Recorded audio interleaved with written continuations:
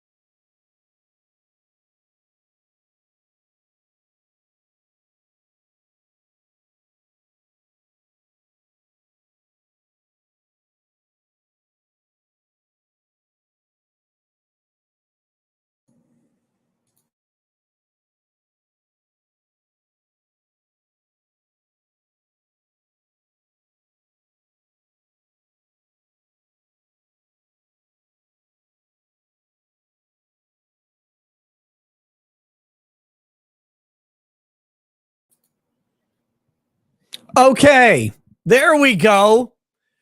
How's it going, guys?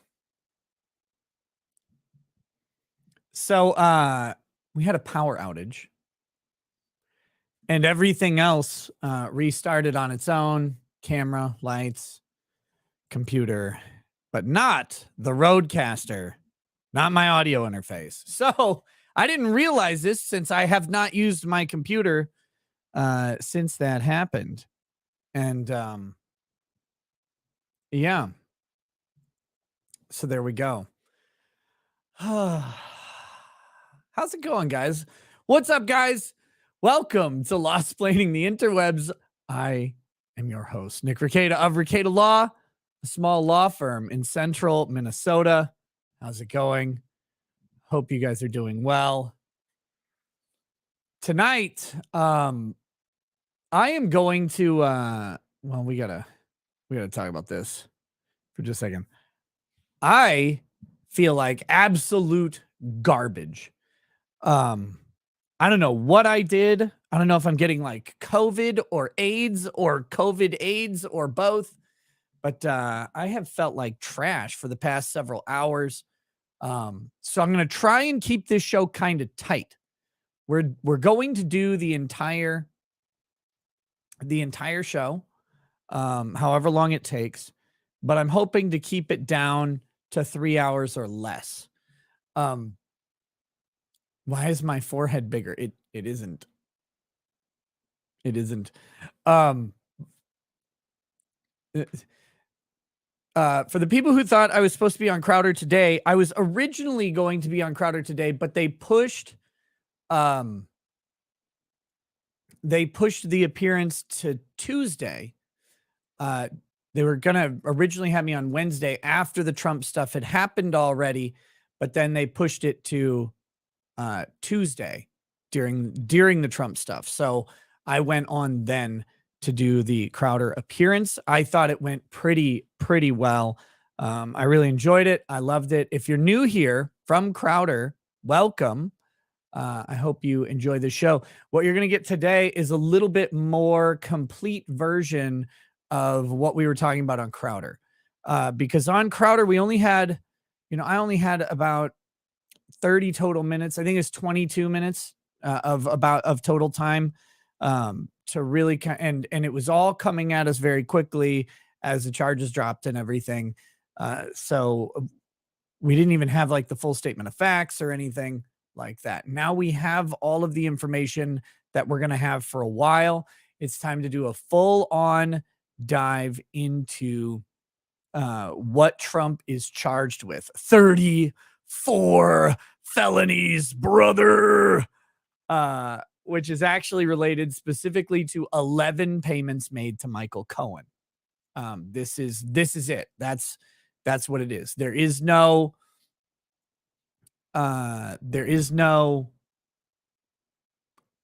surprise charge. There's no special charge. No charges related to anything other than the falsifying of business evidence or business records, which is interesting because as we're going to get into, to prove falsification of business records, you have to have an underlying criminal act. And what they're going to try and do is piggyback this onto Michael Cohen's conviction, which involves his plea agreement, in which Michael Cohen pleads to something that might not even be a crime. So that's great. So, I mean, if you want to know the shady aspect of how prosecutions can work, I mean, this is a prime example.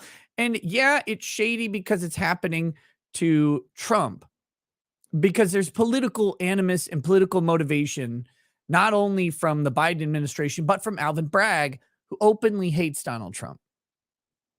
Not only is there that, but there's also the general way that things happen, where you have 34 accounts or 34 counts that require another criminal act, and Trump isn't charged with that other criminal act, nor is he charged with conspiracy, which would be a criminal act in and of itself, to commit the underlying criminal act. So, for example, if they want to piggyback this to Cohen's crimes, it would logically make sense for them to charge Trump with conspiracy to commit the crime with Cohen, right?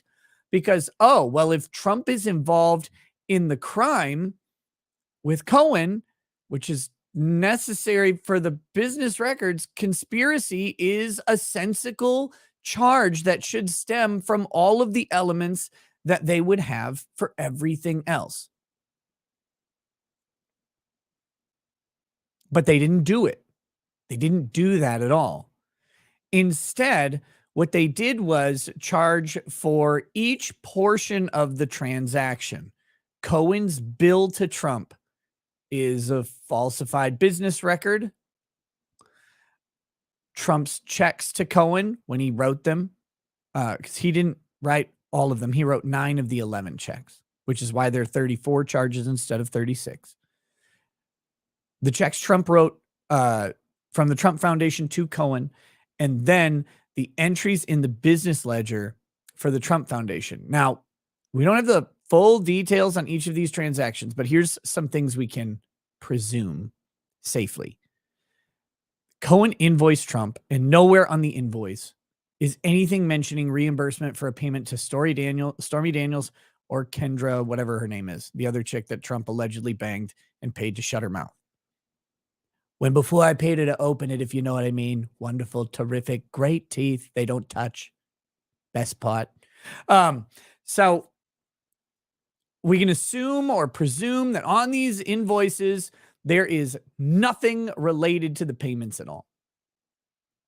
The next thing that we can presume or assume is that each of the separate 11 payments, the 9 that are charged here, are for individually, Karen McDougal, that's her name, are for significantly less than the amounts paid individually, but for more than the amounts paid in the aggregate, if that makes sense. So that's the second, or the next safe assumption or presumption. And the third assumption or presumption that we have about the ledger entries is that the ledger entries are listed merely as legal fees. Okay? Now, those are assumptions, and I'm going to run with those assumptions. Now, we could be proven wrong on those things as the facts actually come to light. We'll have to see. But what they have to prove, well, we'll get into all of the elements. We're going to do it. We're going to do it all. This is going to be a law-heavy show until we're done with the Trump topic.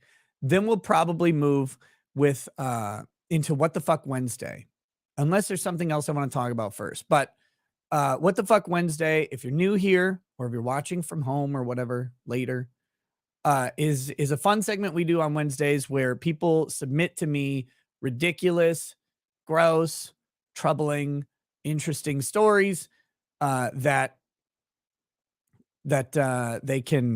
we go through, and I don't know what they are.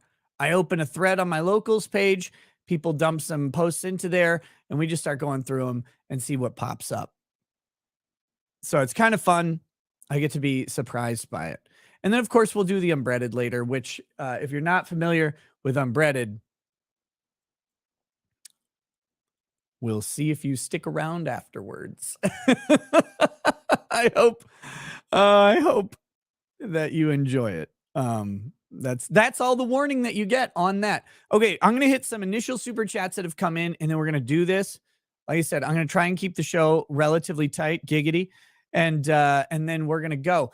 Now, I want to warn you guys, there's not going to really be any jokes about the Trump thing because we don't need to make jokes. God already made the best one with Alvin Bragg.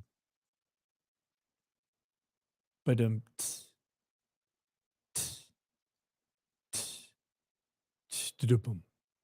okay. All right, here we go. The Scott 16 says, off topic, someone needs to show clips like Gary Plausch and Marianne Boschimer to school boards. They need to be reminded parents will do whatever it takes to protect or avenge their kids. If talks fail, it'll start happening. I agree. Hey, what's up, Steph? Nicholas Cruiser says, all right, good shit, good show. Oh, God, it's getting better. And C. Goody says, help fund Rekieta Law's lawsuit against some dipshit. GiveSendGo.com/Rekieta Law. Meant to include this in the pinned message. Oh, well, thank you, C. Goody. Robert Ford, 9999. Yeah, 9999. That's 4 of them. Says, sorry you have COVID, AIDS, Rekieta Law. Hope you get better soon. Me too. I hope I'm not actually getting sick. I think I might have just popped a rib out of place, which puts pressure on lungs for some dumb reason. I don't know. That's always great. Maybe my body is just. Yeah. I mean, it might be that absolute retarded attorney.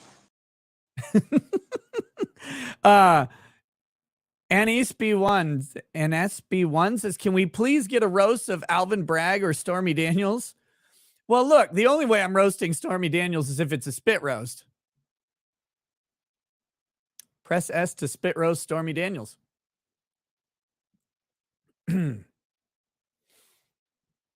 Okay.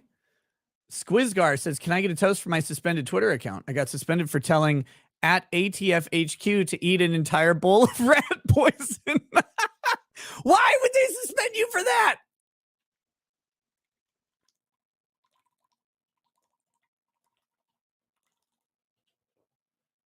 Why would you get suspended for that? That's just healthy diet advice. Oh my God. Yeah, we can do that real quick. Maybe if I drink enough liquor, my back will stop hurting and I'll be just fine to just do a show for like 9 hours.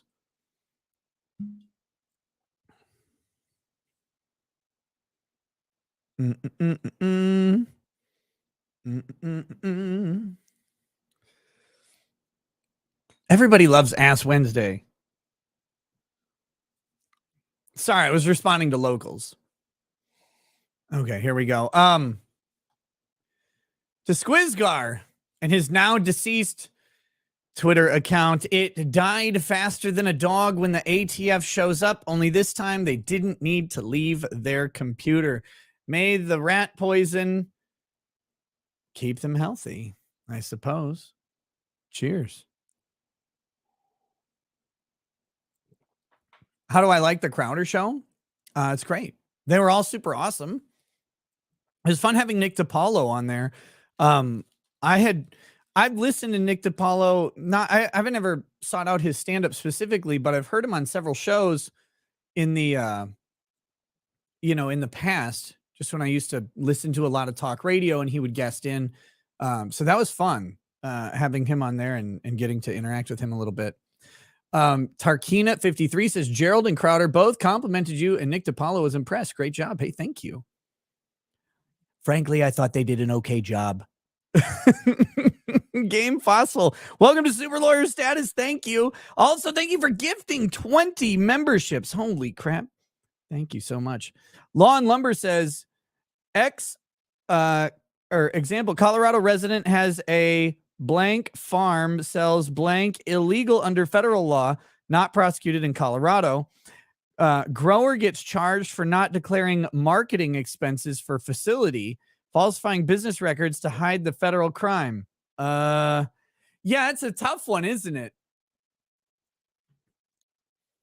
That's a tough question because, you know, how do you, what do you do? What do you do about that? You can't report it, but it anyway. Yeah, it's a mess. It's a mess. Juki, thank you. Thank you. Kara Fro says, can I get a roast for Gravelly Binger's boss who just sent an innocent man to jail with absolutely no evidence? Same tactics. Hopefully Legal Vices can give you info to help the injustice that Zach's game is experiencing. Is that Zach Anderson? Is that his name?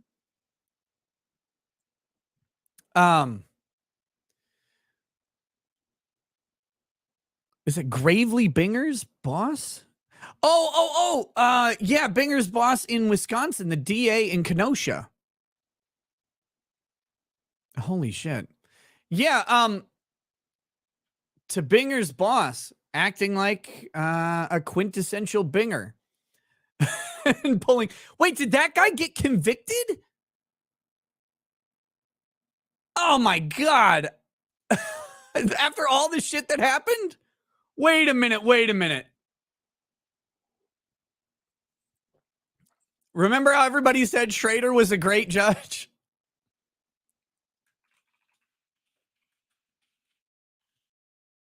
Holy shit. Yeah.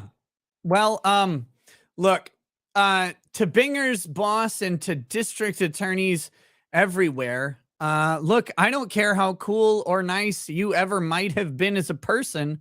Once you became a district attorney, you stopped being one. And that's too fucking bad, because why are all of you guys assholes?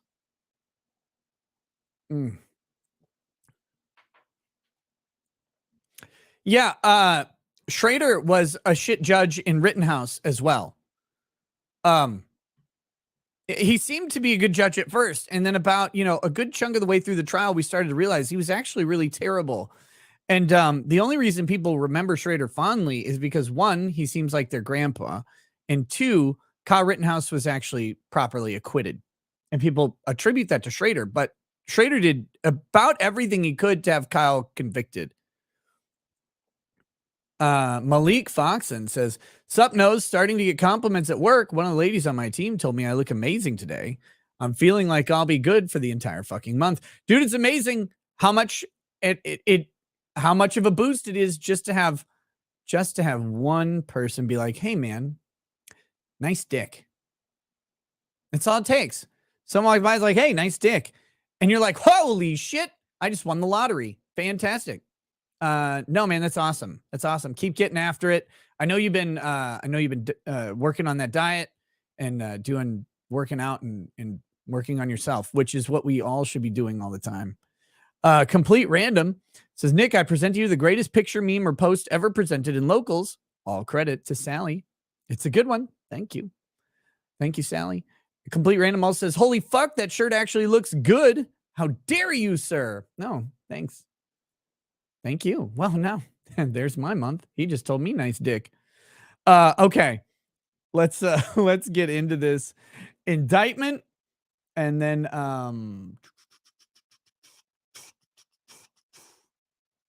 where the fuck is this indictment? Oh, here we go.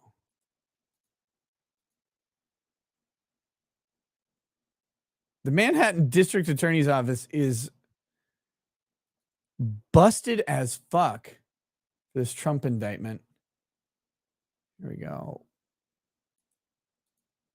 I think their website's just getting page not found. Okay, hold on. I had the document, but power outage, you know? This thing pulled up.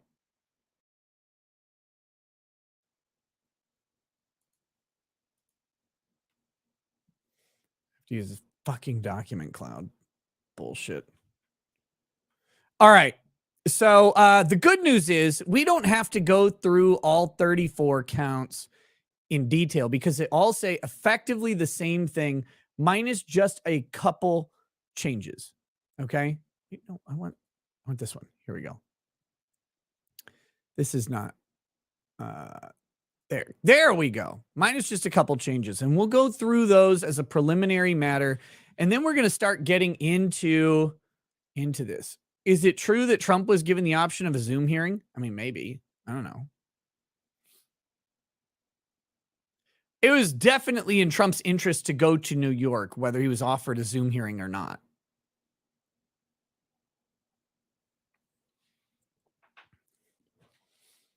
All right, so here we go.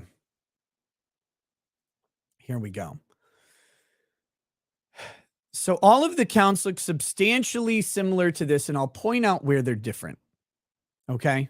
Now, let me do one more thing here. This is important. Much is what's made out of the 34 counts, and I saw some really shitty takes even from Republican supporters of Trump. One guy was like, I have never seen 34 counts on an indictment, blah, blah, blah, blah, blah, in my years as a prosecutor. It's like, well, dude, I haven't done much practice in my life on white collar crimes at all, but I did a embezzlement case, which had a similar sort of concept where each incident of embezzlement, frankly, gets charged. And, it was 44 counts, right? Like, this is not uncommon when you have several aspects of a crime, but each act itself is potentially a crime. All right. So this is not an uncommon thing to have a high multi-count criminal indictment. It's not unusual. It's not weird. It's not strange. It's not historic. There's nothing about having a 34 count indictment with white collar crimes going on that involve multiple transactions, because each transaction in and of itself is potentially a criminal act. And then in this case, they're charging out each aspect of the transaction, each portion of it, because what they want to do is, I mean, first of all, they want to inflate the numbers. All DAs want to do this, though, not just a DA again, Alvin Bragg. All DAs want to do this with these types of crimes. That's what I'm saying. This is not a Trump thing. This is just a thing that the district attorneys do. And this is a beautiful moment for Republicans to realize the system that they are pushing for every single fucking election that they do, when they want, quote, unquote, tough on crime policies. They built this house just as much as Democrats have done it.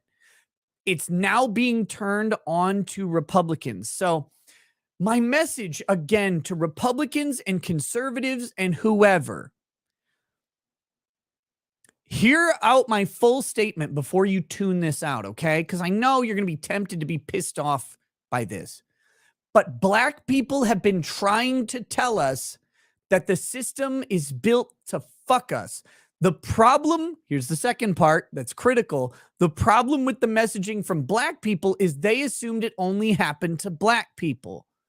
It happens to everybody. The system really is bent on butt fucking the populace into oblivion. And it really doesn't care if you're Black, white, Mexican, Ethiopian or whatever. Like, it doesn't give a shit.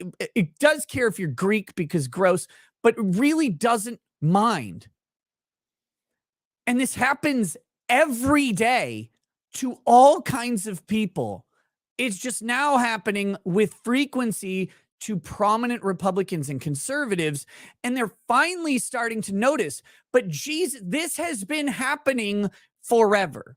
And that's what I'm trying to get across with this, like the 34 count indictment that people are making a big deal out of. I mean, yes, it's bullshit, but it's bullshit that is common bullshit. And it's not just because it's Trump. You should be pissed that the indictment is as weak as it is.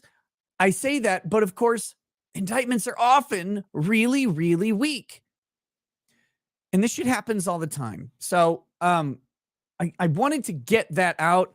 And I know that's an uncomfortable thing for some people, but we really, really need to start evaluating the general concept of tough on crime politicians, tough on crime district attorneys. Now, no, we don't want the converse, right? And interestingly, Alvin Bragg is the converse. He's a guy who wants murderers and rapists not to be held during their prosecutions and shit like that. But at the same time, he's got these bullshit charges against Trump. I get it. But this happens all over the place because we definitely want our police to be actively policing crime. But they don't fucking police the bad crime. They police garbage. And they do it to everybody. So I had to get that fucking vent off of my chest because I'm so goddamn tired of this dumb, like, pro-police, pro-law enforcement, pro-enforcement in general vibe that Republicans and conservatives have been having. Like, you need to embrace some of your brother libertarians' concepts. You can remain conservative and go, yeah, but the state is a fucker. Like, you can just hold on to that truth. It's not a theory. It's not a concept. It's not a reach. It's just a fucking truth. The state is a fucker. And we as conservatives and Republicans have been bootlicking the fucking state for decades. And we're like, oh, those liberals or whatever. And it's like, you know, the state is a fucker. You need to remember that.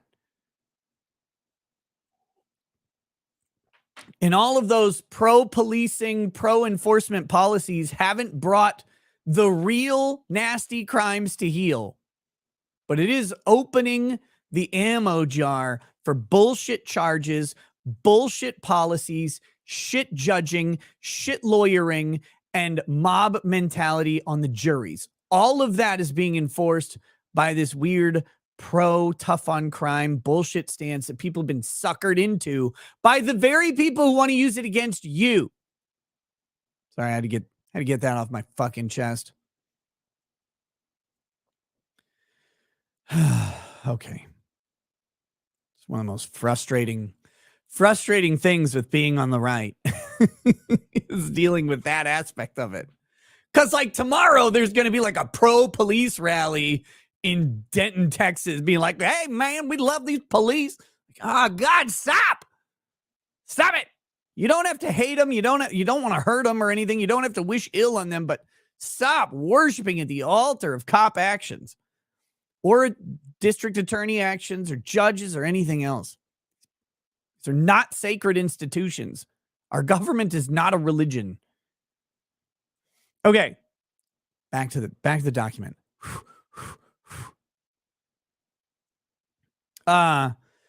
The grand jury, so all of these are going to look like this. The grand jury of the County of New York, by this indictment, accuses the defendant of the crime of falsifying business records in the first degree in violation of Penal Law 175.10, committed as follows. So all 34 counts are this.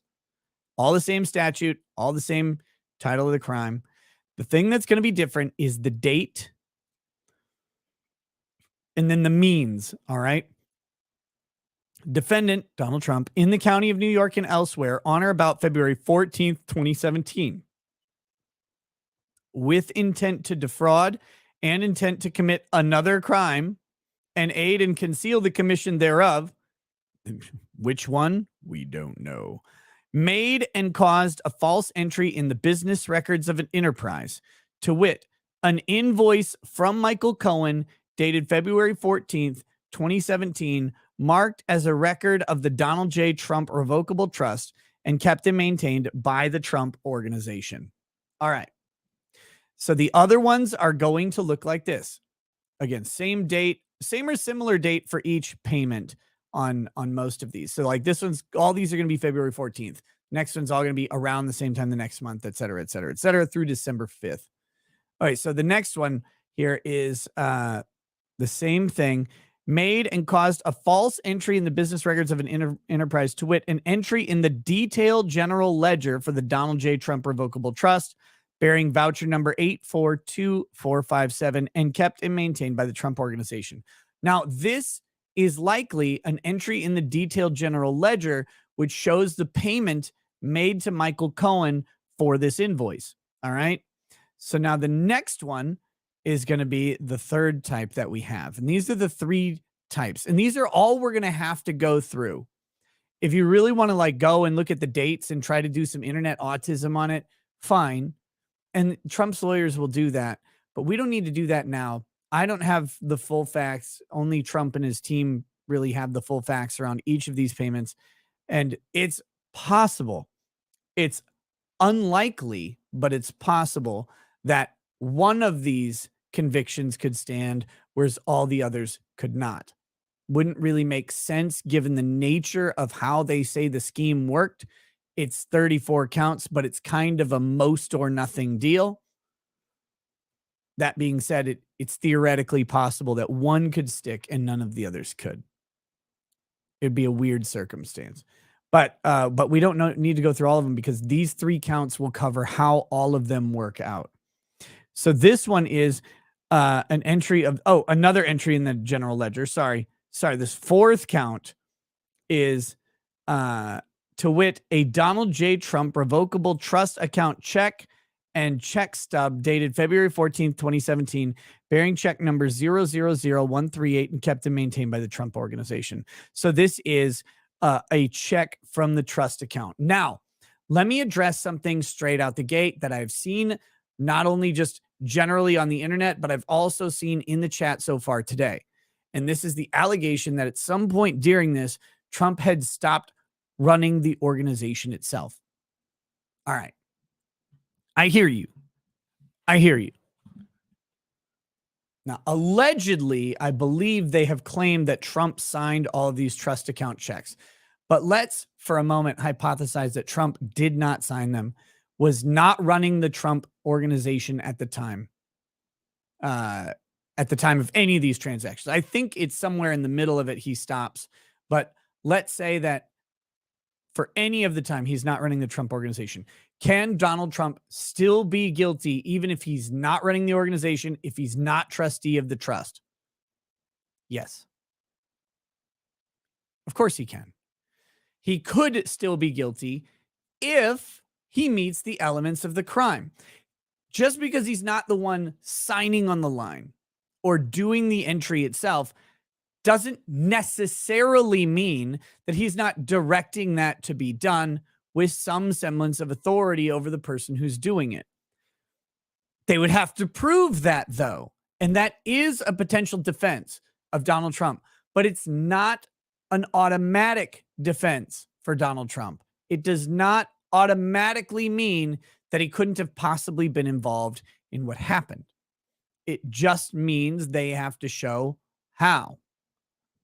Am I voting for Trump? If Trump is the Republican nominee, like a 95+% chance, he would have to do something pretty crazy for me to not vote for him. Yeah. So I guess yes, maybe. Lost Bullets. Hey man, how's it going? He says, the Charlie 19 showed us the cops are not to simp for, especially after Canadian truckers. Also, finished my final exam in contract law today. Criminal up next. F Hong Kong Shipping Company. Well, yes. Also, thank you. Lost. How you doing, brother? Hope you're doing well. Oh shit. I gotta pull these up. Lowane. Wait, no. Damn it. Speedy the Unsilent says, just getting a nice compliment, even if you are in shape, is a shocker sometimes. Yeah. No, it had nothing to do with being in shape or out of shape. Just getting a compliment at all as a man is something that I've talked about this before. Culturally doesn't happen very often. There's probably reasons for that, just in how men and women interact with each other and traditional roles, and that's for another show. But yeah, no, just getting that compliment is great. Loane says, Nick, I think you're starting to lose your hair. Stop that. Everybody says that if I style my hair slightly differently at any time. So I don't have any evidence to support losing my hair at any alarming. I mean, I'm sure my hairline has receded since I was like 22 or something, but I have no idea. I don't measure it. I don't measure it. I just assume any hair that I lose goes directly into my nose length. Okay, back to this. All right, so we've now identified what the 3 counts are for this 34 count indictment, right? The counts are the invoice from Cohen, a ledger entry, and then a check stub being issued in response to the invoice, and then the ledger entry being reflective of the payment. So like this one is March 16th, invoice from Cohen, March 17th, general ledger, March 17th, check and check stub from the trust account. All right. So then Cohen, ledger, check and check stub, Cohen, right? You're getting the idea. Ledger, check and check stub. Okay. So that's what all of this looks like. So what we need to do next is look at the actual crime itself and pull up the hold on, I gotta get Westlaw pulled up. We'll pull up the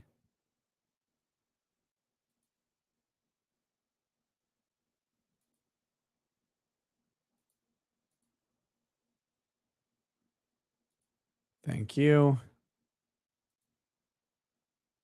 Join the session. Damn it. Well, this will be good for now. All right, let's pull up the law itself and see what it says. We're going to have to do one other. We're going to have to pull up another law too, because this is actually a subset of second degree falsifying business records. And that's going to be important for how this plays out. All right, just trust me. Trust me. I know what I'm doing on occasion. But first, here is the charge. It's falsifying business records in the first degree. So what does the law actually say? It says a person is guilty of falsifying business records in the first degree when he commits the crime of falsifying business records in the second degree, and when his intent to defraud includes an intent to commit another crime or to aid or conceal the commission thereof. Falsifying business records in the first degree is a Class E felony. So now we got to go to the second degree one and figure out the full elements. All right. So that's here. Person is guilty of falsifying business records in the second degree when with the intent to defraud. And this is a critical element that we're going to have to talk about here. He, 1, makes or causes a false entry in the business records of an enterprise, or alters, erases, obliterates, deletes, removes, or destroys a true entry in the business records. So if you make an entry or destroy an entry, omits to make a true entry in the business records, if you just don't, right? In violation of a duty to do so, which he knows to be imposed upon him. So this one isn't there. This one isn't there. It's all this first one, making the false entry. All right. And then 4th, prevents the making of a true entry. So this would only be a Class A misdemeanor in the second degree. This would potentially be easier to charge Trump, but they've got a big statute of limitations problem. Now, let's look at that real quick. There's a relevant section on this. The statute of limitations on this is 6 years. Okay. I believe that's what it is. 5 years. 5 years. So here we go. This is the statute of limitations. Prosecution for any other felony, and you'll just have to trust me that it's an any other felony, must be commenced within 5 years after the commission thereof. Okay. So pretty important, because we are now more than 5 years out. However, We got to go to section 4A1. This is key here. And look, I don't know the answer to this because I have not sat down with a pen and paper in the president's schedule. But in calculating the time limitation applicable to commencement of a criminal action, the following periods shall not be included. And only A1 matters here. And A1 never matters because it's garbage. Any period following the commission of the offense during which, one, Roman numeral 1, the defendant was continuously outside this state. Now, what does continuously outside of the state mean for the purposes of calculating the statute of limitation? It means that any full day spent outside of New York State by Donald Trump after the commission of any of these particular allegations adds a day to the statute of limitations. All right? It has to be a full day, which is generally defined as a 24-hour period between midnight 01 and midnight and 11:59 of a day. All right? So if Trump is in New York at 6 a.m. and flies to Washington, D.C., we know he spent a considerable amount of time in New York at his penthouse rather than in the White House. If he's in New York at 6 a.m., flies to Washington, D.C., that is not a full day outside of New York, and that does not toll the statute. All right? If he is at 11:58 boarding a red eye, or well, I guess at 11:30 boarding a red eye and flies out by 11:58, he's out of New York by 11:58, then he's not back that next day, that does toll the statute. That adds a day. So what Trump would have to do is what his lawyers will have to do is go through. Now, interestingly, Trump is one of the few people who could probably very easily prove where he was on any given day during this time period, any given day, because he would become president. This all happens after he's inaugurated, and his actual schedule is, I think, a matter of public record. Like, you guys could probably do it too. There may be some arguments over specific timings of things. Not all of the president's calendar is public because of national security concerns. However, finding out when he's in Washington versus in New York may be something that can actually be done. Either way, I'm sure he and his lawyers can make the argument. But let's assume that he spent, from 2017 to January 20th of 2021, mostly in Washington, D.C. Did he spend enough to make that 5 years into what? Into 6?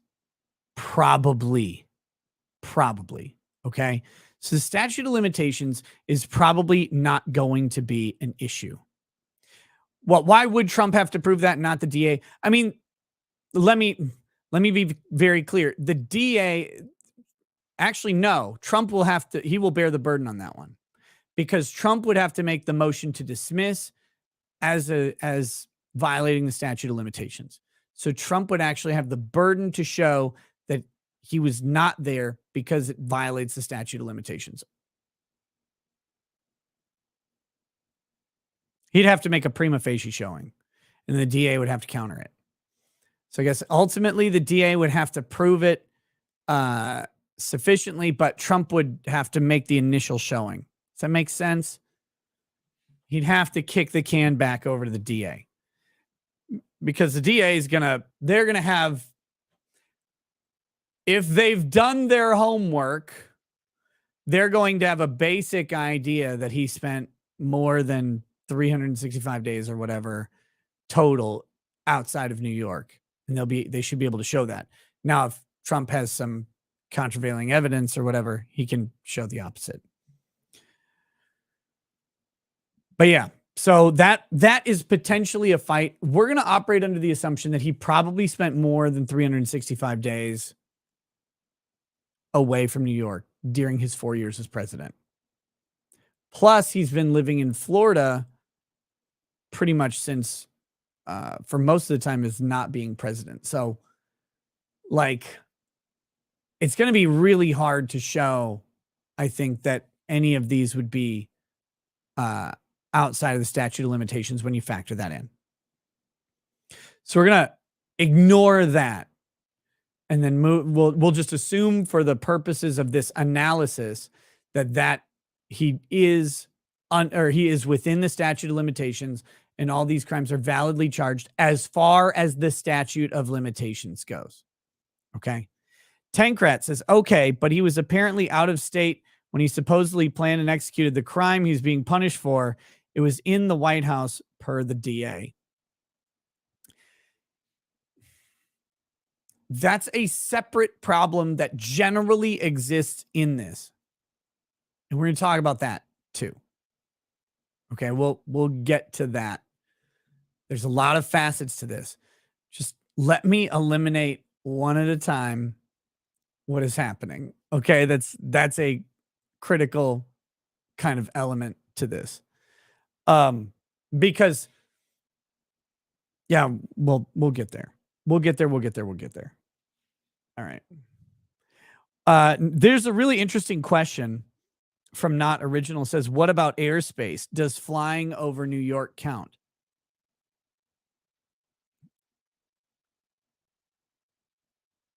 Maybe. Maybe not. We don't know. Like, I believe there is a ruling that if you are flying over a state, you cannot be served under that state's jurisdiction.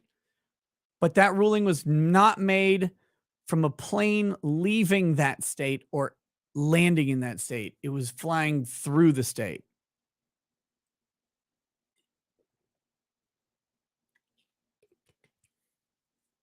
So that's it's a potential argument.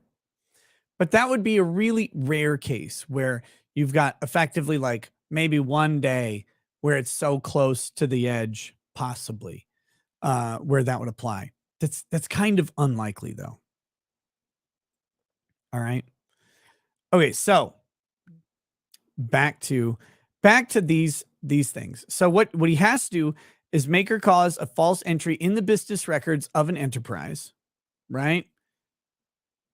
He has to do so with the intent to defraud.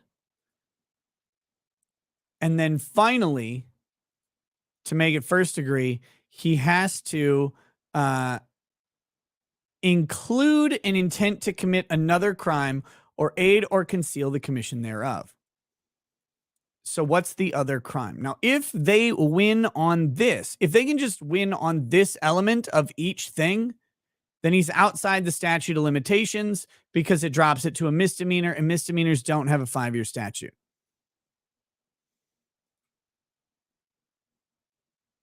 Although it's possible with the calculation that these would be under the statute as a misdemeanor, it's much less likely. Does that make sense? I hope so. All right. So we got to talk next about the committing another crime. And to do that, what we need to do is grab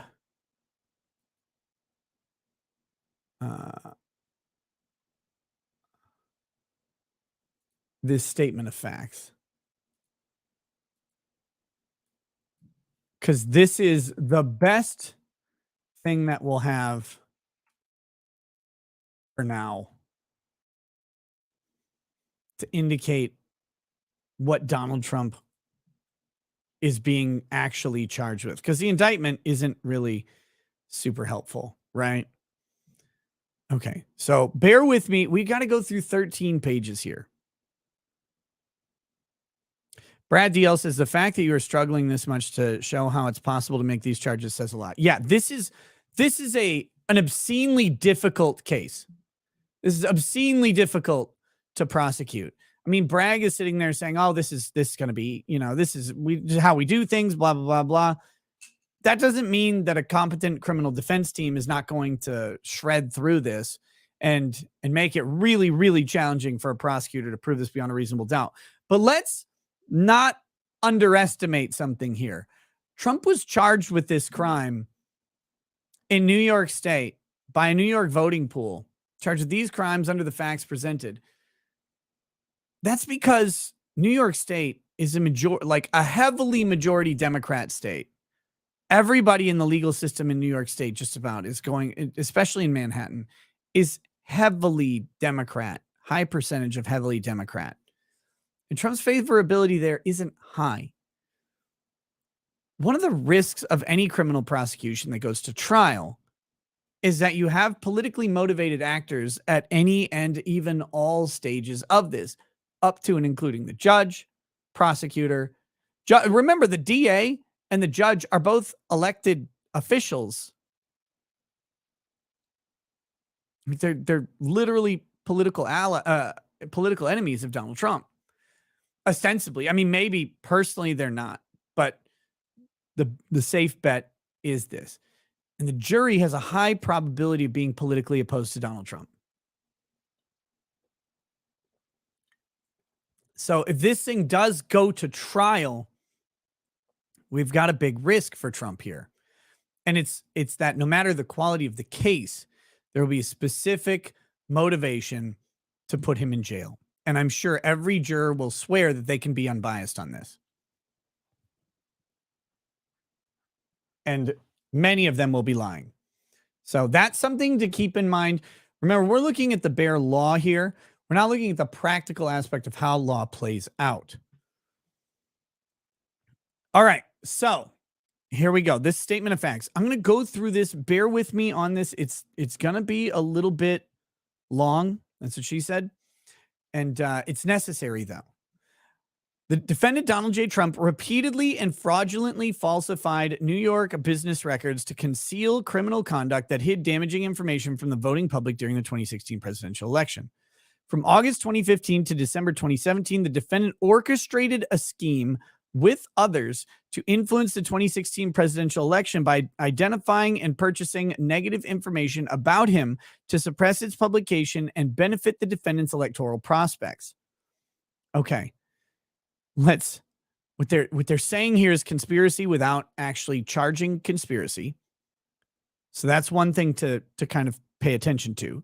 The reason they're not going to charge conspiracy is because they'd have a massive difficulty proving it, is my guess.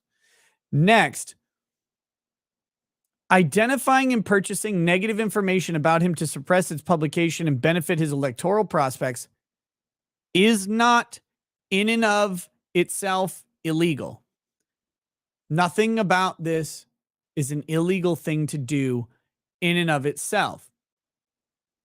So that's key. You can pay a prostitute to be quiet.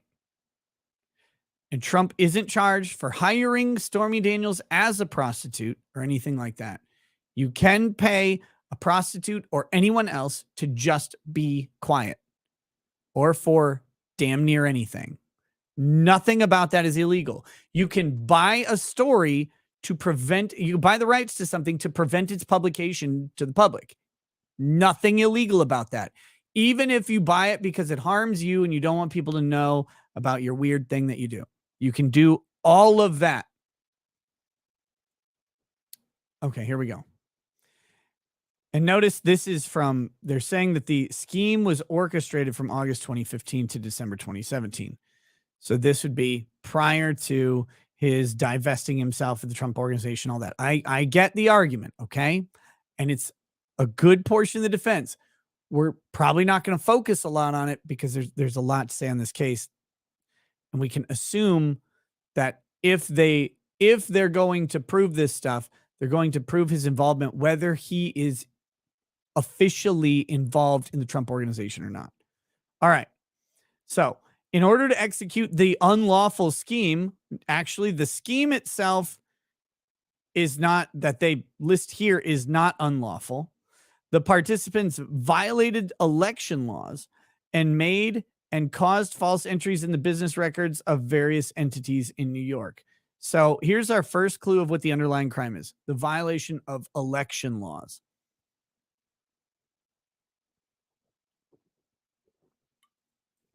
All right.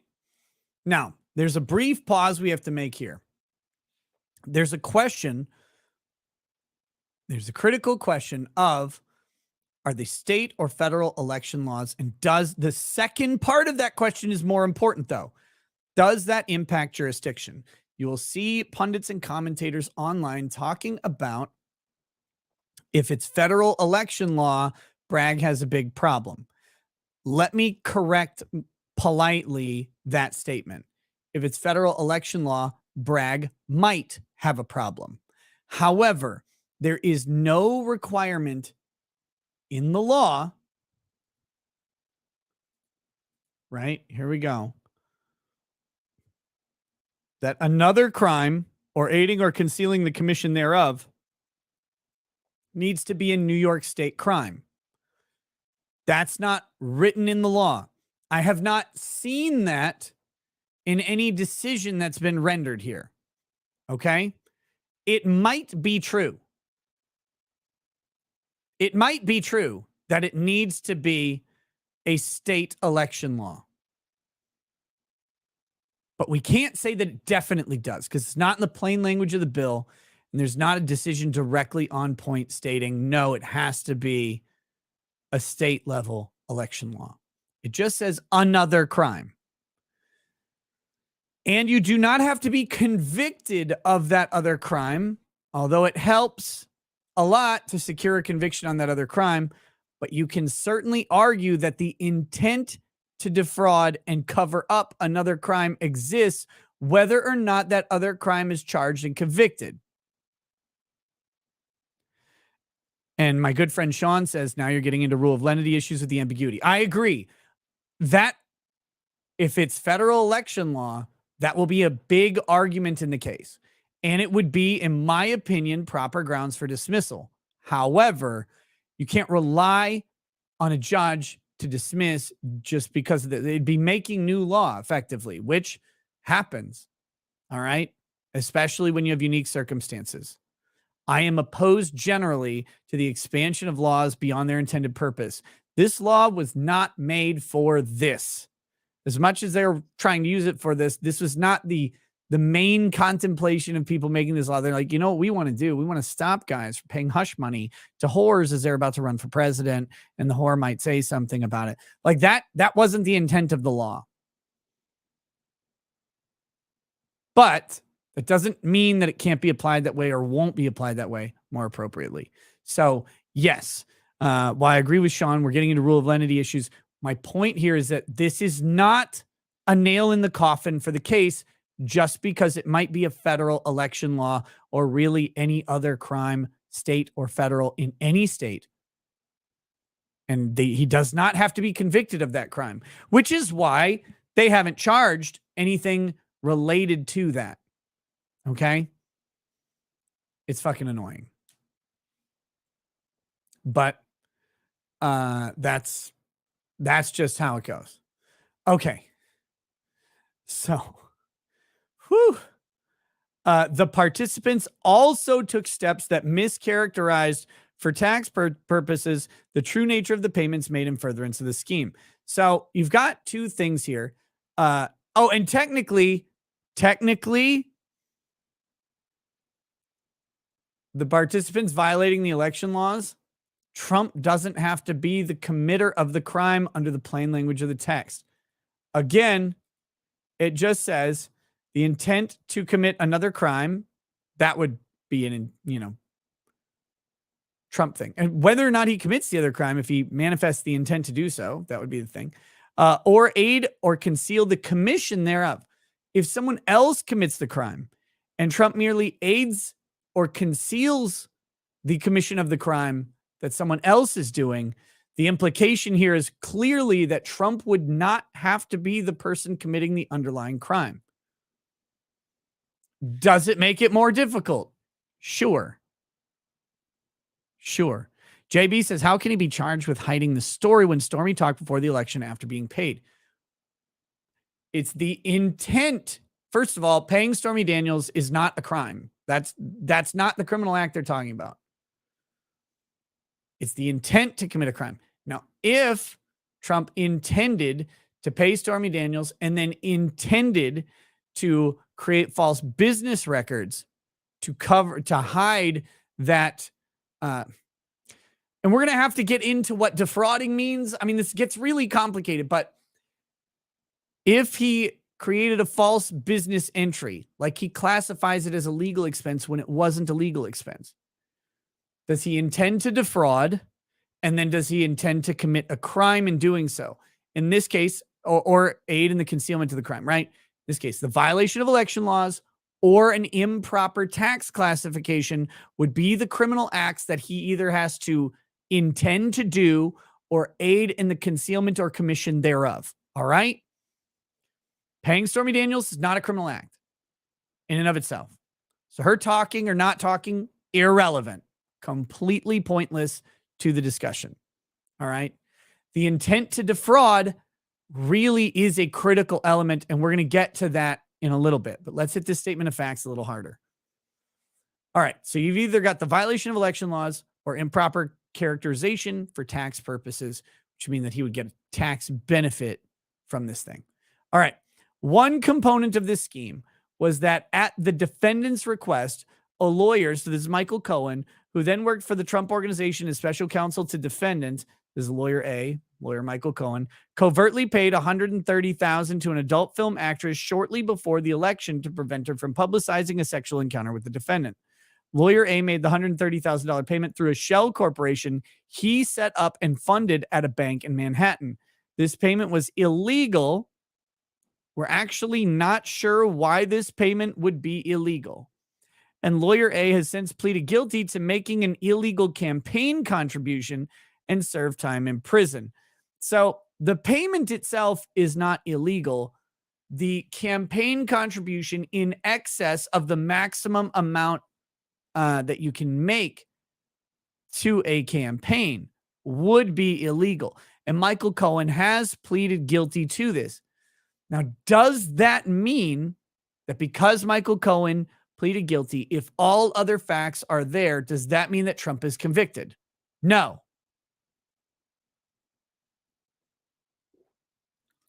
Just because Cohen accepts a plea deal does not mean that Trump still fulfills his intent to either commit or his intent to aid in the commission of or concealing of the criminal act.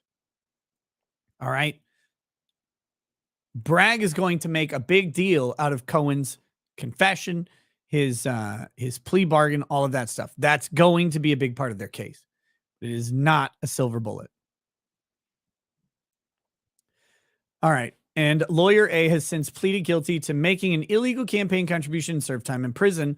Further, false entries were made in New York business records to effectuate this payment, separate and apart from the New York business records used to conceal the payment.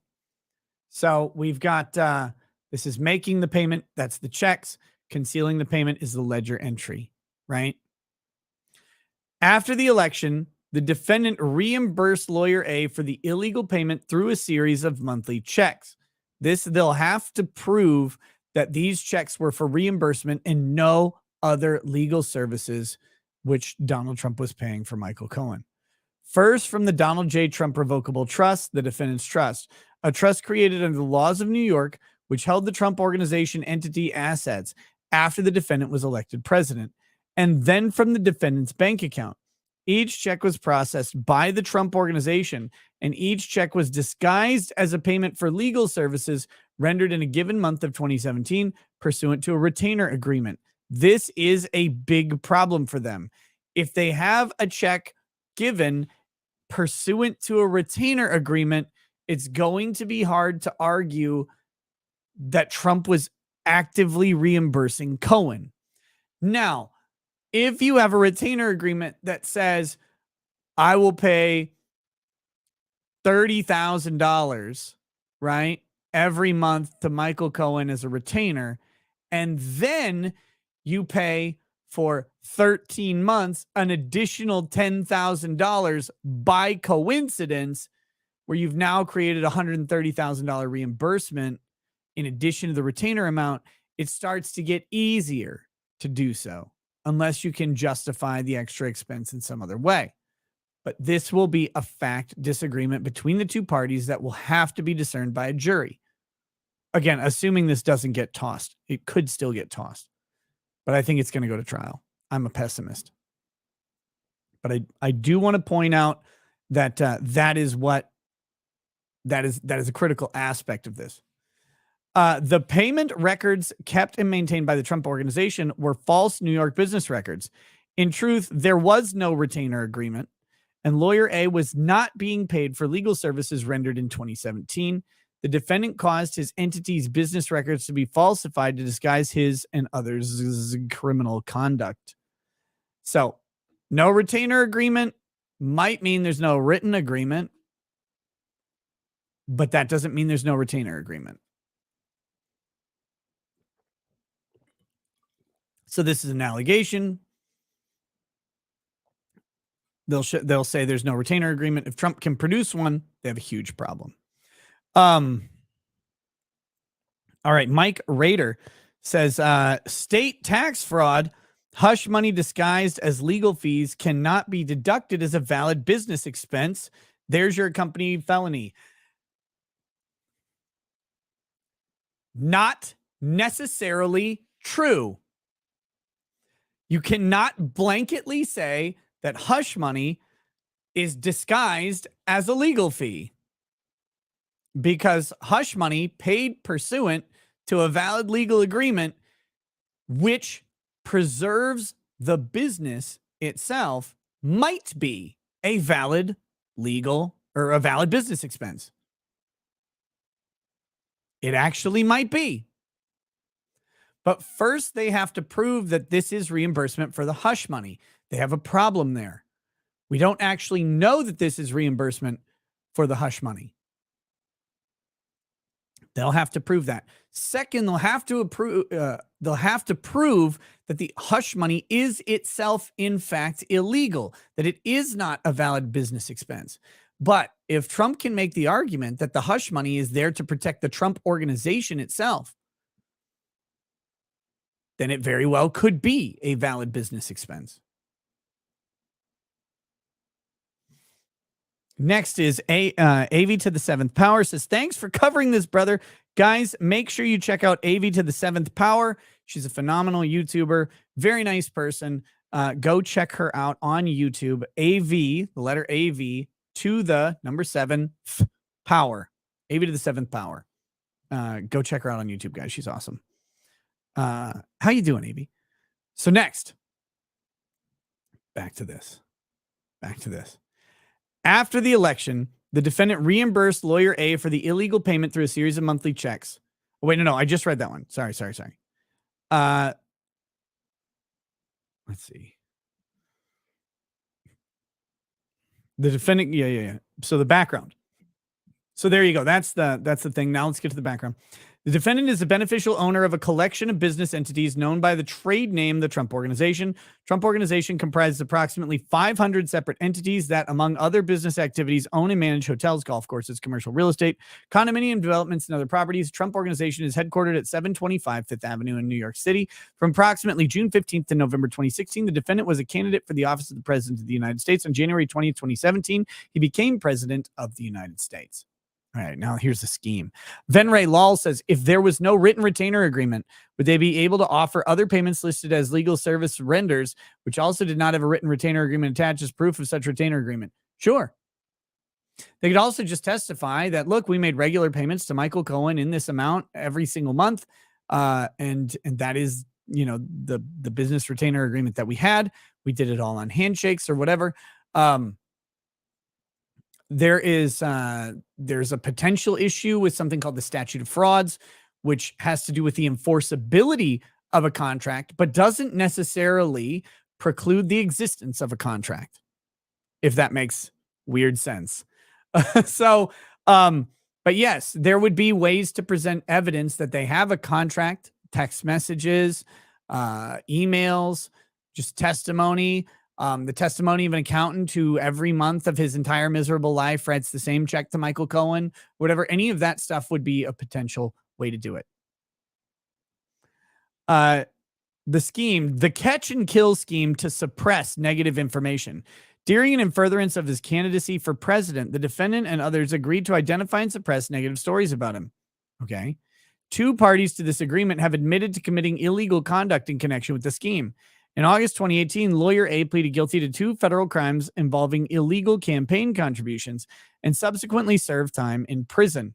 So again, even if Michael Cohen admits to illegal campaign contributions, Trump has to be intending to either aid in the commission of the illegal campaign contribution or concealing the illegal campaign contribution. If Trump is just making regular payments and Cohen does this thing and violates the election law, that's Cohen's violation. You still have to show Trump's knowledge and intent.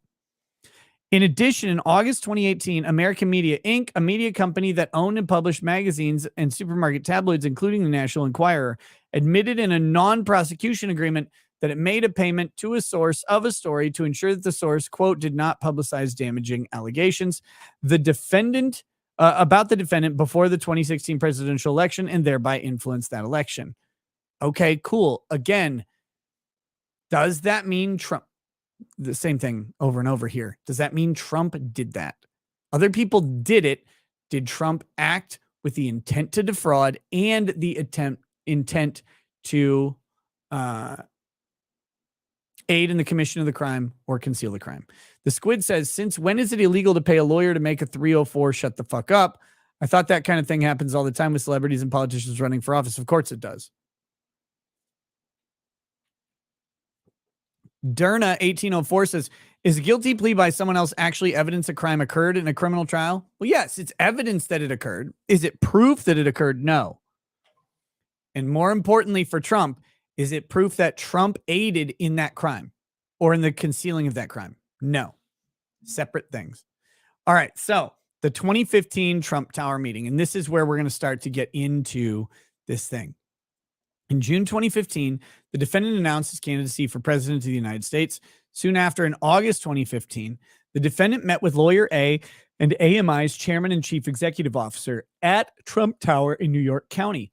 At the meeting, the AMI CEO agreed to help with the defendant's campaign, saying that he would act as the eyes and ears for the campaign by looking out for negative stories about the defendant and alerting lawyer A before the stories were published. AMI CEO also agreed to publish negative stories about the defendant's competitor for the election. Nothing illegal has happened. Suppressing the doorman's story. A few months later, in or about October, November 2015, the AMI CEO learned that a former Trump Tower doorman was trying to sell information regarding a child that the defendant had allegedly fathered out of wedlock. At the AMI CEO's direction, AMI negotiated and signed an agreement to pay the doorman $30,000 to acquire exclusive rights to the story. AMI falsely characterized this payment in AMI's books and records, including in its general ledger. AMI purchased the information from the doorman without fully investigating his claims, but the AMI CEO directed that the deal take place because of his agreement with the defendant and lawyer A. All right. So this is his non-prosecution statement. You've got a problem here with the non-prosecution statement in that you have an extremely biased and unreliable witness. He is giving this information to the prosecutor for the explicit agreement that the prosecutor will not put him in prison. He's not going to prosecute him for this crime. That's a compromise situation, right? We understand that. We understand why someone would say, yeah, I'll say that and not have to pay hundreds of thousands of dollars to fight this in court. That would be great. So that next part of that is, does Trump know how this AMI guy is going to characterize this thing? Again, one, is it a valid business expense? They buy a story and don't run it. Is that a valid business expense? Yeah, it is. Now,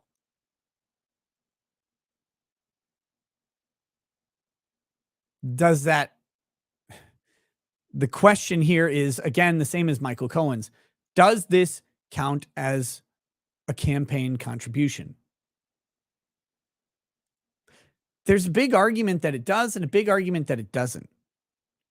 Right? And it's going to be really hard because here's an issue that I would imagine will get brought up in all of this.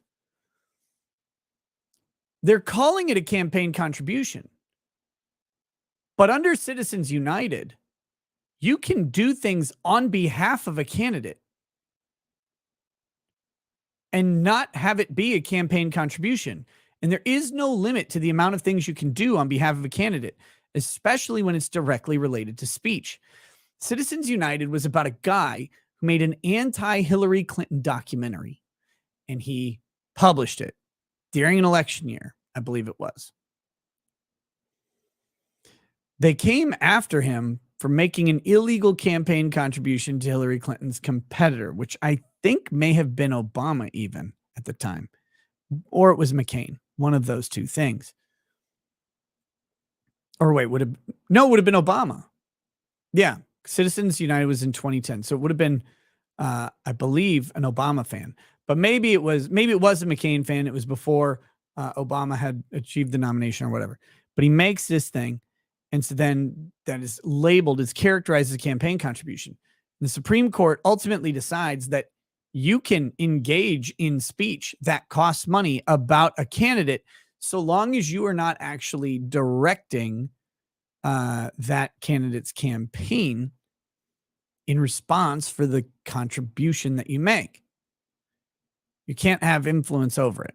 So the idea here that the National Enquirer is buying up stories to which end up assisting the Trump Foundation, even intentionally to do so, is that a campaign contribution, or is that the same thing as super PAC expenditure?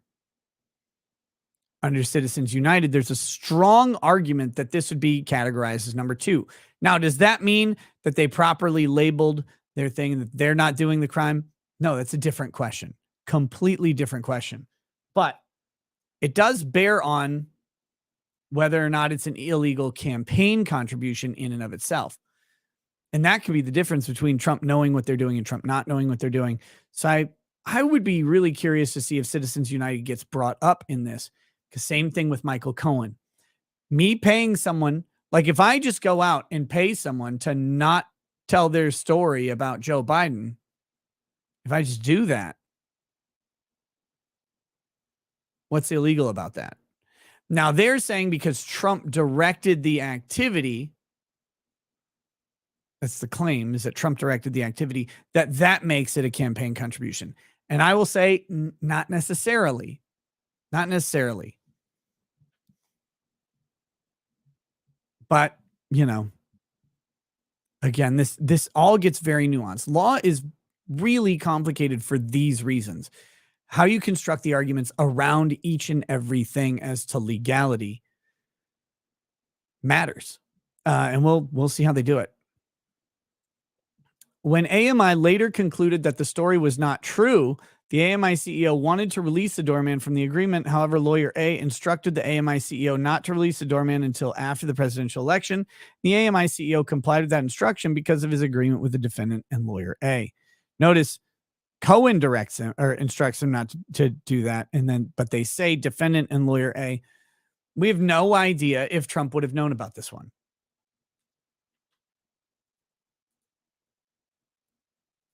So again, we're left with this. We're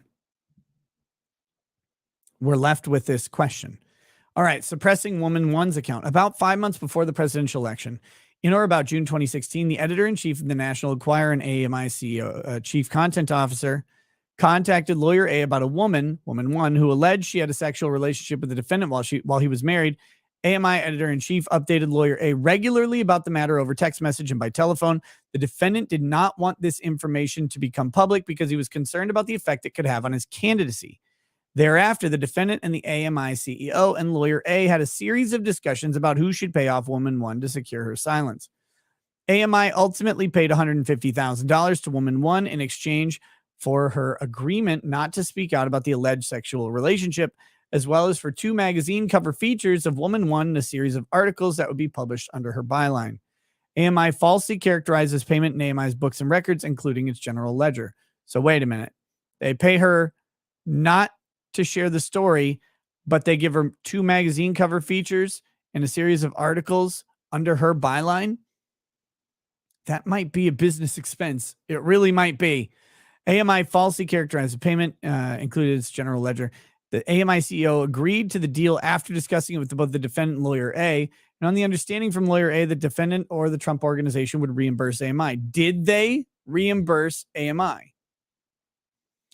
In a conversation captured in an audio recording in approximately September 2016 concerning Woman One's account, the defendant and lawyer A discussed how to obtain the rights to Woman One's account from AMI, how to reimburse AMI for its payment.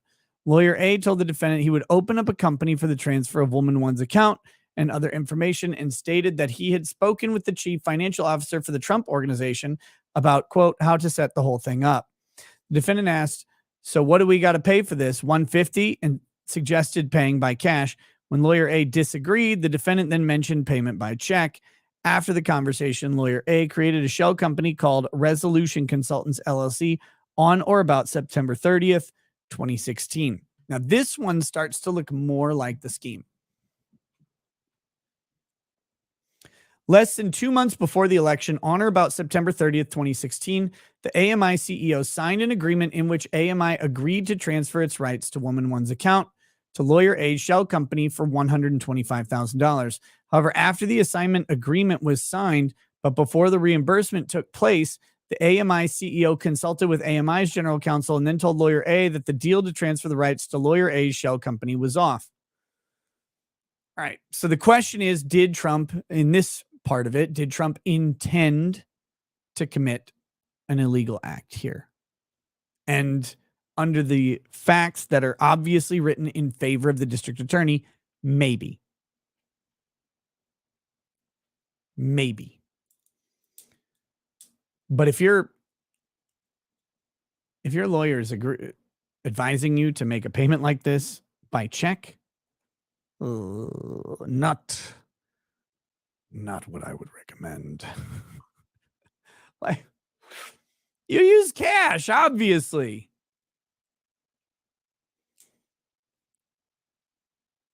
What are you doing, Cohen? All right, now suppressing Woman 2's account. This would be Stormy Daniels.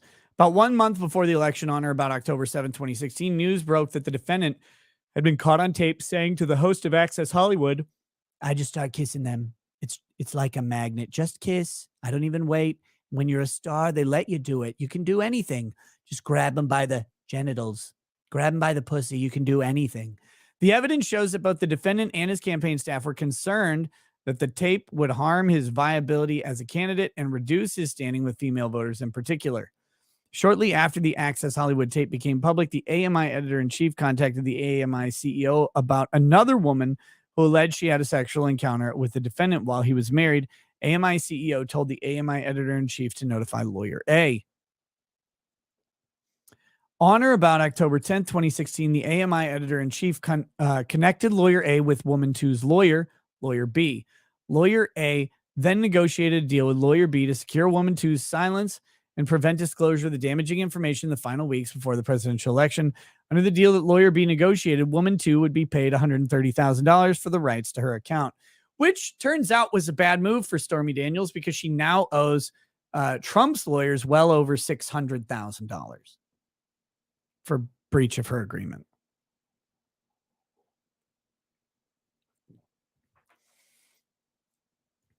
The defendant directed lawyer A to delay making payment to Woman 2 as long as possible.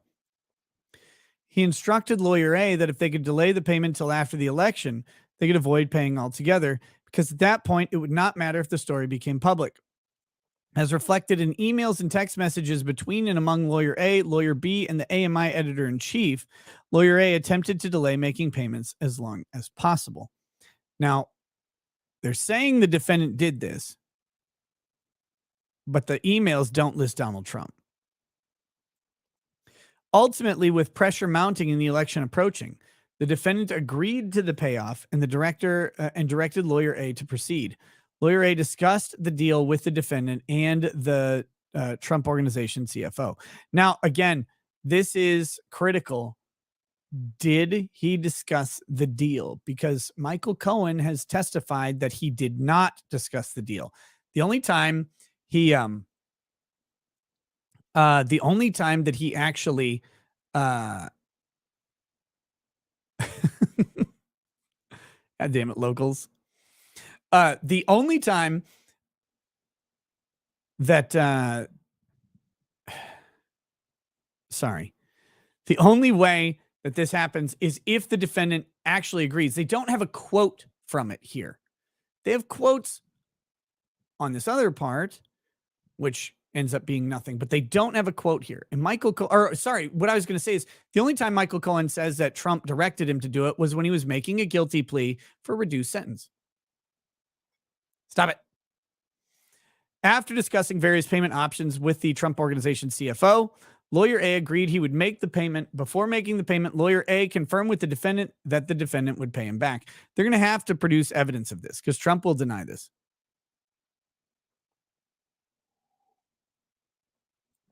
On or about October 26, shortly after speaking with the defendants on the phone, Lawyer A opened a bank account in Manhattan in the name of Essential Consultants, LLC, a new shell company he had created to effectuate the payment.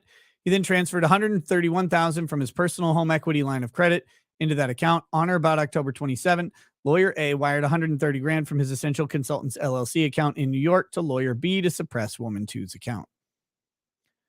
All right, now we have post-election communications with AMI CEO.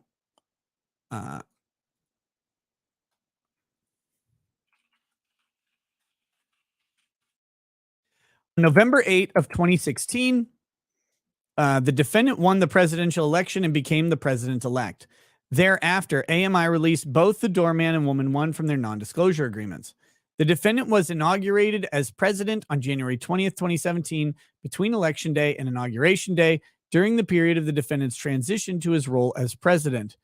The defendant met with the AMI CEO privately in Trump Tower in Manhattan.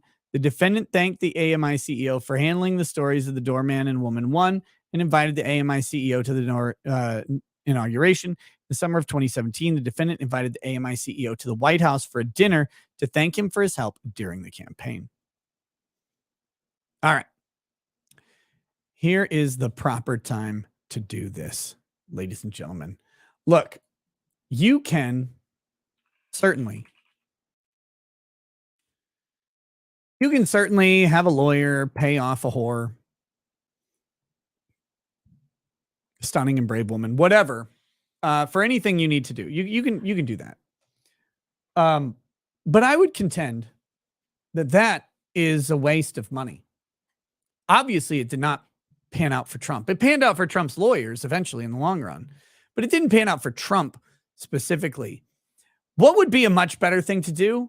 It would be to go to birchgold.com/knows and dump that money into gold bullion, knowing that after 4, maybe 8 years, we're probably going to have a Democrat in office and we may be subject to market volatility, a little bit of inflation, maybe a lot of inflation, maybe the most in history. I don't know.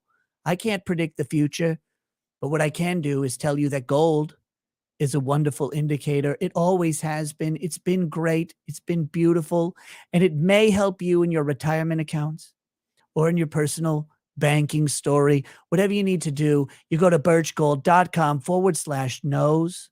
It's a big nose. It's a beautiful nose. You've seen it. Everyone's seen it. You can't miss it. Driving down the highway, you see the nose. Anyway, birchgold.com/knows. Check it out. Click on the button. Find out some more information, how to protect your IRAs, or 401ks, or 403bs. There's lots of number letter combinations that this could work for. Anyway, go to birchgold.com/knows. Look into gold and silver as a way to protect your assets. Look, this is not an investment. It's a protection. It's a hedge. You're not intending to make a ton of money on gold and silver. You're intending to preserve the capital that you have worked hard to achieve over your entire life. So thank you to birchgold.com for being a sponsor of the show, a wonderful sponsor, as stated. I'm going to read the super chats on YouTube here, and then we're going to kick over to Rumble for the rest of the show. This is the Rumble Sucks, or wait, the YouTube Sucks segment. Ah, no, I'm fired.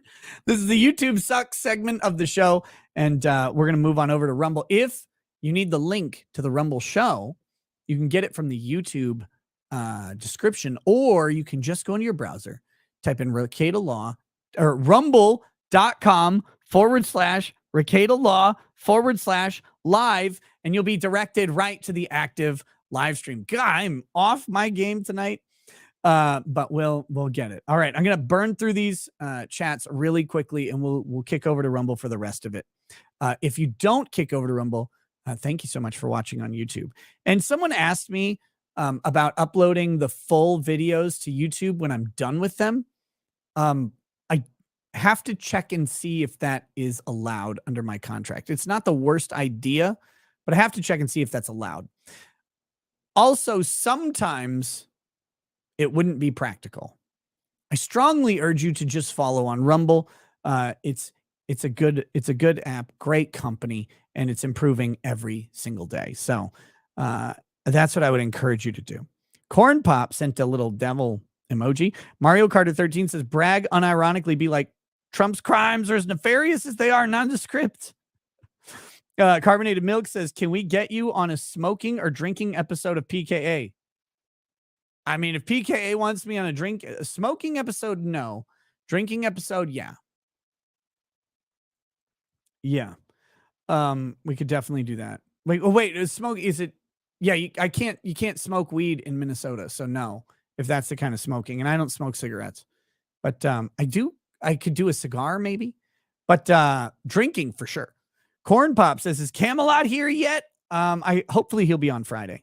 And then Corn Pop also sent fist bump sticker. Thank you. Huntress says, did you get snowed in Minnesota? Over a foot here in eastern North Dakota, out of groceries and stuck in the boonies until the interstates are back open.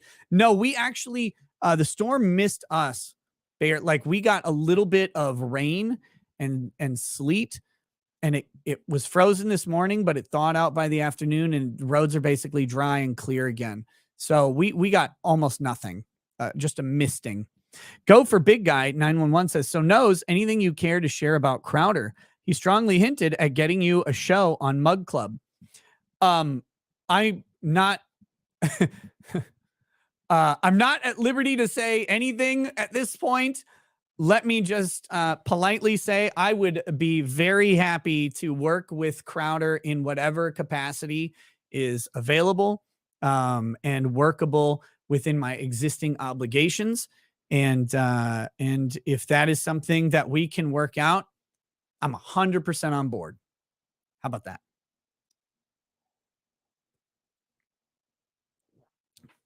What is on my head? You are witnessing my heat allergy.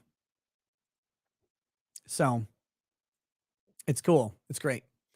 But I got my new allergy meds today. So hopefully for the next month, that won't be happening.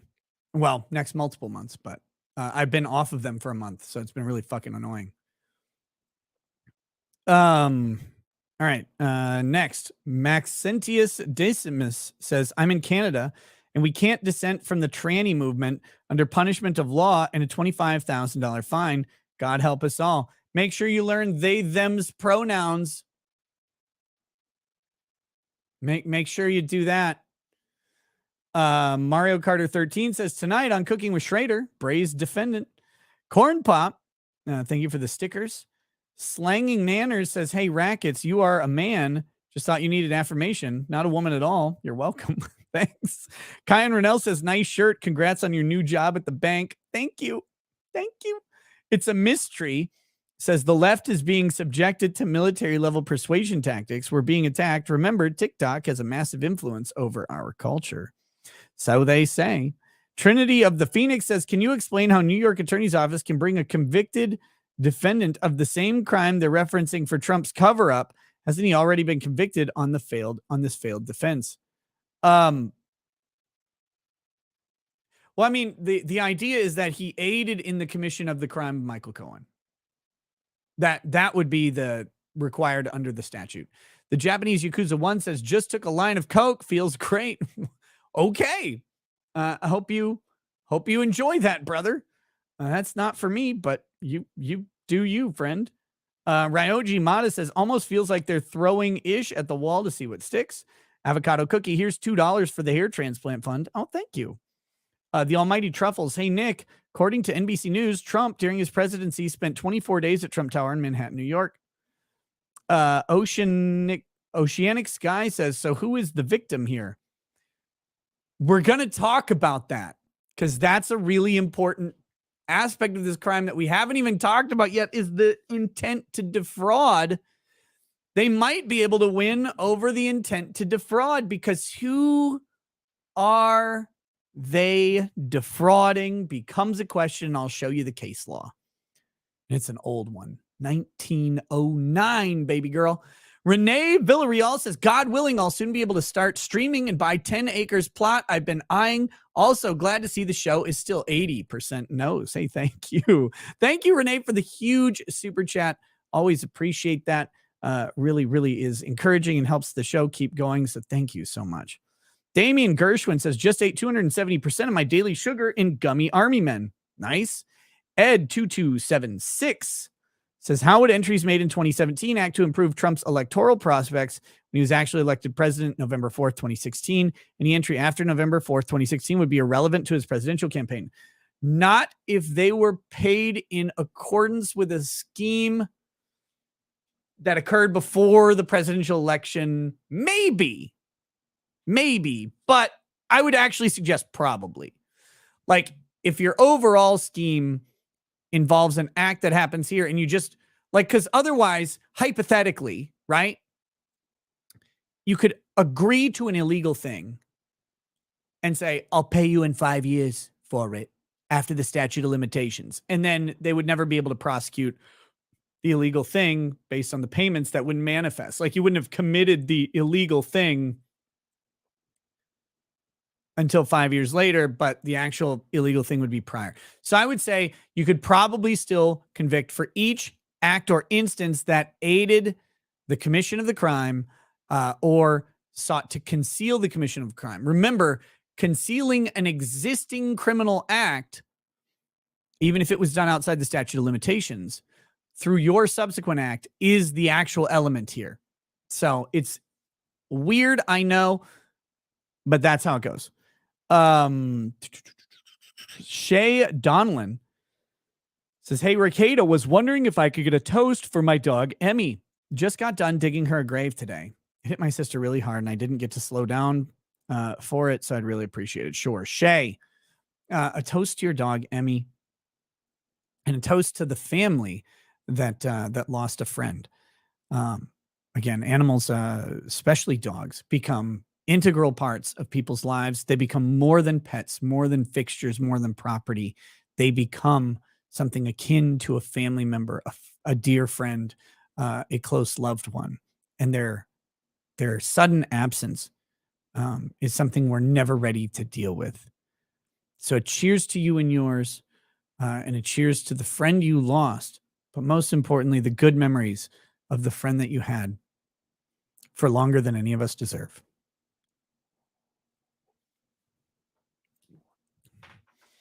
Ginger Ninja, 97% chance the jury finds guilty. With the more complex legal and factual issues, juries get confused and tune out. They end up just going with their gut, which will be guilty in New York. Just look at Murdaugh. Yes, very likely. And the Trump team has a big incentive here to try and knock this out pre-trial.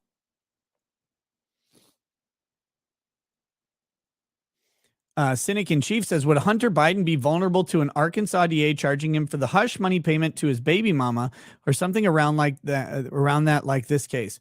I mean, theoretically, yes. Theoretically, again, is it within the statute? Is it used?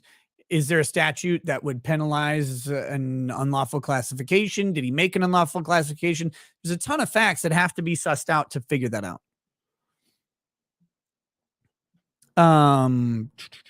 BR17 knows I kindly ask that you join Crowder's Network.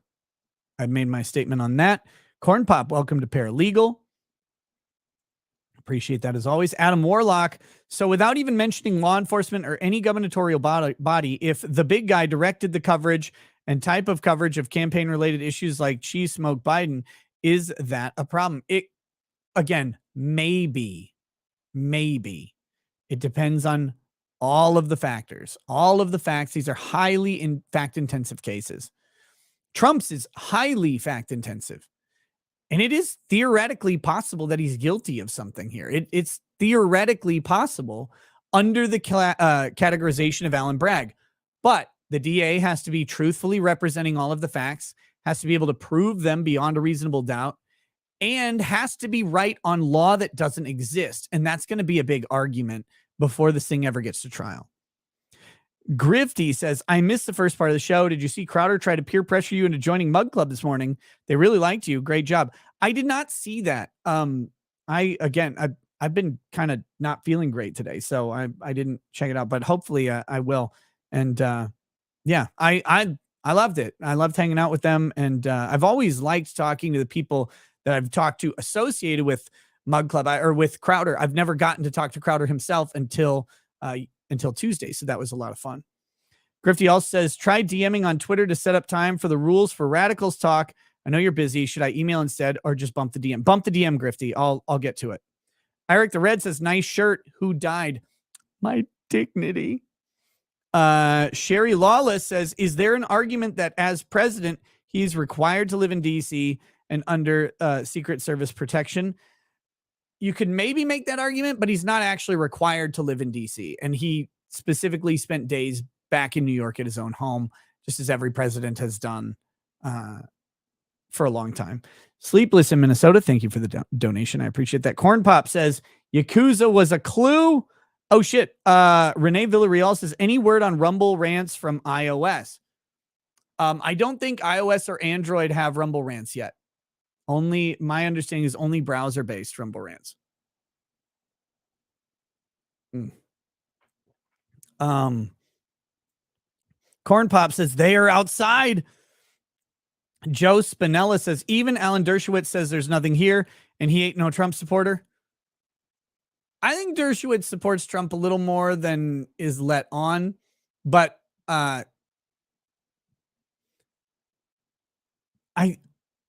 want to agree with him. I'm trying to be objective as possible on this one. Trying to be as objective as possible and say there certainly could be, under the right set of facts and the right legal interpretation, if it goes the way Bragg wants it to go. But that's not set in stone. Joe Spinella, JS says, why can't law get Soros done so much damage? I don't know. We'll have to hope God gets him. Legal Layman says, shill my channel, rackets. I'm currently 7 videos in. I'm enjoying the shit out of it. Be well, brother. Guys, go check out Legal Layman on YouTube. He's a good dude. And he's not a lawyer, but he's a layperson very interested in talking about law, examining and exploring it. And you can go do that with him on his channel. Check him out. And with that, we're going to move to Rumble now. We're going to move to Rumble. I stayed on YouTube way too long, but I was hoping to get through the Trump thing on YouTube, and I failed miserably. But in the good news, the liquor is curing my back, or at least temporarily alleviating it. So we'll see how we go with that. I'll see you guys on Rumble. Again, link is in the description of the YouTube channel, or go to rumble.com/RicadaLaw/live. Catch you in 20 seconds. Peace. For the thousands in attendance and the millions watching around the world, ladies and gentlemen,